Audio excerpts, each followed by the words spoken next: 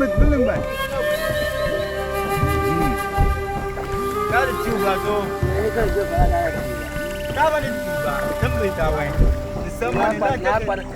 the northern region of Ghana lies a small, tight-knit community called Kucha Electoral area. Nestled amidst sprawling forest and rugged terrain, Kucha's tranquility hides a harsh reality. A community that has been neglected, deprived of basic social amenities, and cut off from the rest of the world. This documentary sheds light on the struggles faced by the people of Kucha as they live day to day without roads, health care, and other essential services. We don't have better roads to the district capital, Sabuba. And secondly, we don't have water. We fetch water from Yuboti, which is not clean water for us.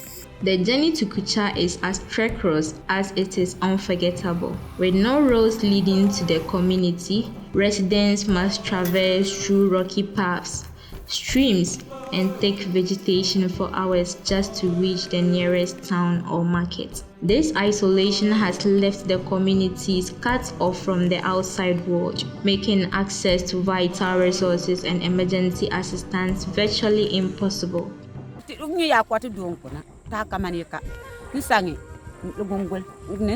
Whenever there are floodings, we sleep hunger, simply because during this period, we find it difficult to get access to grinding mill where we can grind our flour to prepare food for ourselves. As you can see, it is now a norm as residents are fearless in crossing the river at any time.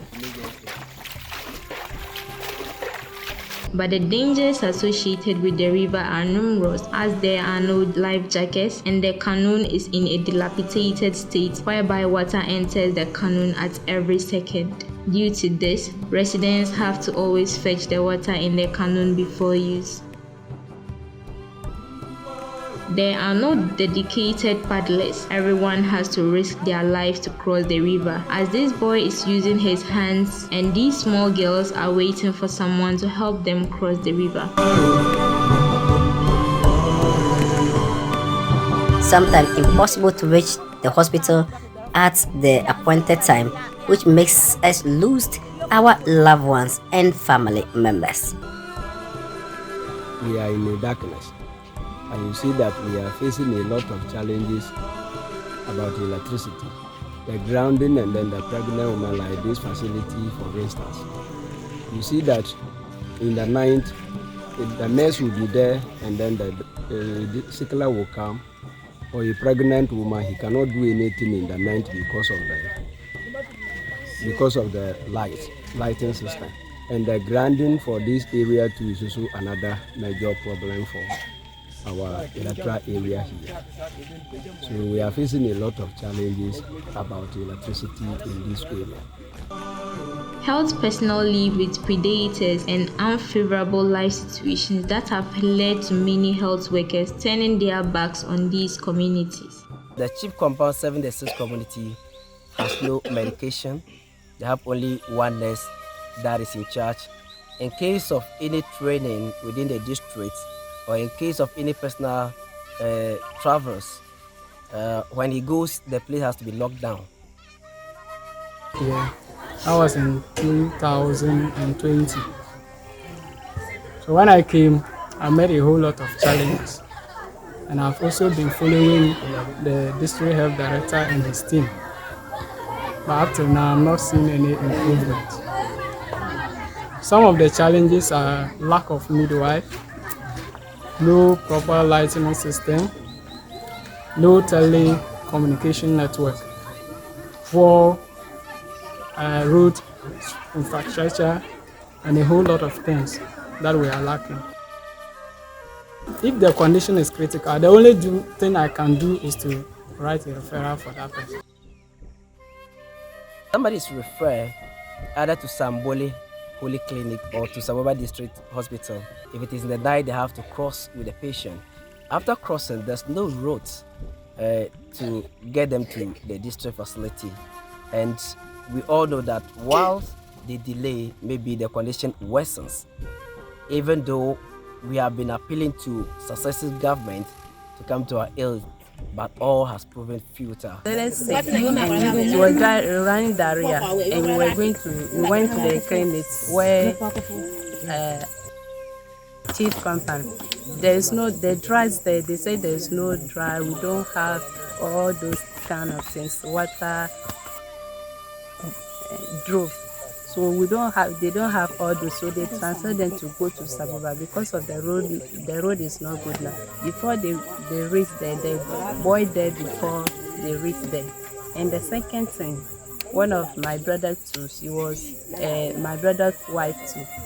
The same thing happened to her because she was to deliver because of the road is not good now. So before they reach there on time, so that they will take and do her part so that she will deliver it on time or she will do it on time. They couldn't reach there because of the road. The road is not good. Before they cross the river, do all those things and reach there, the woman too lost her life because of that. This is the chips compound of Kucha, which is being occupied by farm produce instead of healthcare needs. Who is to be blamed in this regard? Well, for wound dressings like this, I don't have any time. Because of that, I don't dress wounds here. Well, if I try to say I want to dress somebody's wound, I'll end up contaminating the wound. Some activities are there which I could have carried out here, but because of lack of logistics, I don't do them. Looking at the consequences, I would rather impose on the people. So I just decide not to carry out certain parts. Best. You yourself, you can see the nature of the body.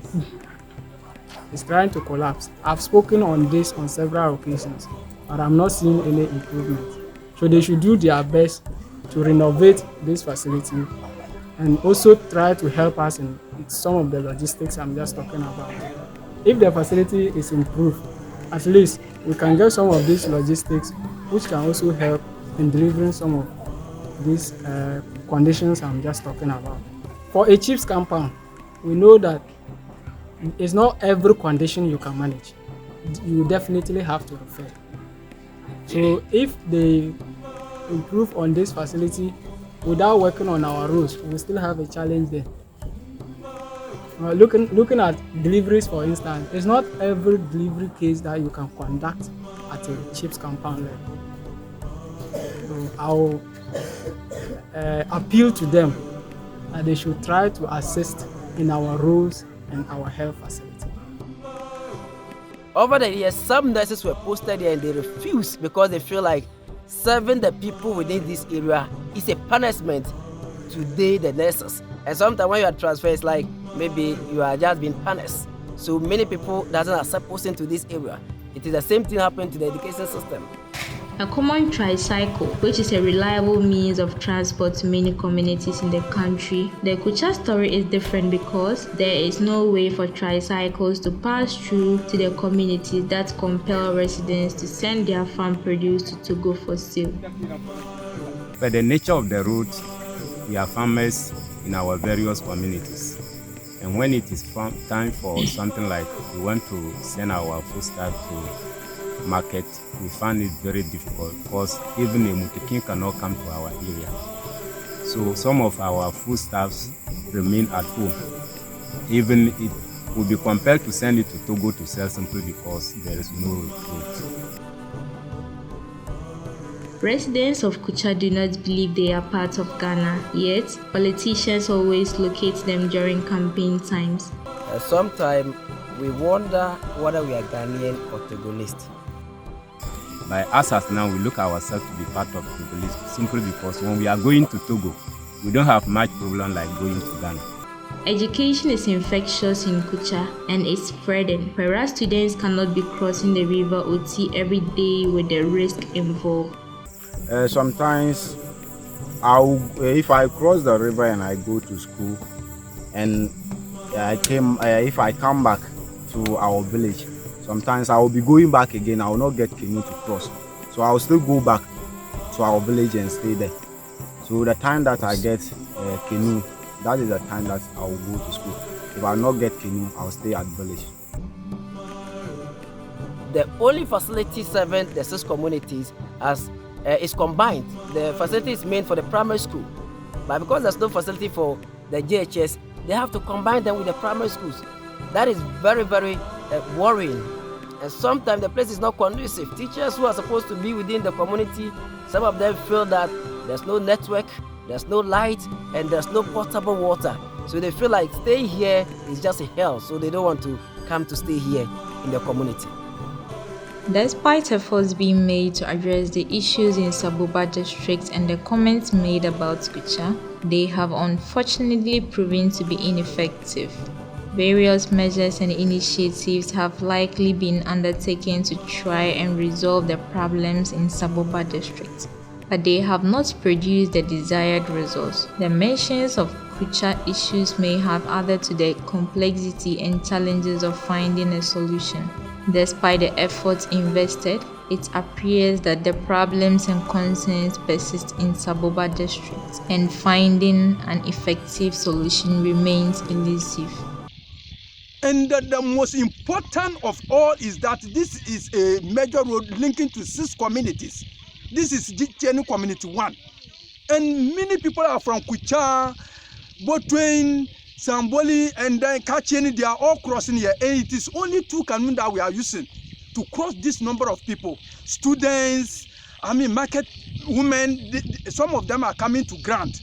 Others are coming to buy their, salt, or a lot of things that people need in town to come and buy. And these very few canoes, how can we depend on this to save lives and property? So we are just appealing to government on power to come to the aid of Saboba. At least the Jitjeni community give us, even if you cannot help us at all, 2 canoes, only 2 canoes to be able to cross people. Students, and then a lot of things. Many things are coming from farmers to town for buyers to buy and send it to a crowd. So if all these things are lost, in fact, we are just appealing. The economic opportunities in rural areas, such as Kucha and its surroundings, are being severely hampered by the lack of road accessibility, limited healthcare facilities, and a dearth of potable drinking water. The absence of these crucial facilities is a hindrance to the development potential of these areas, limiting progress and impeding the well-being of local communities.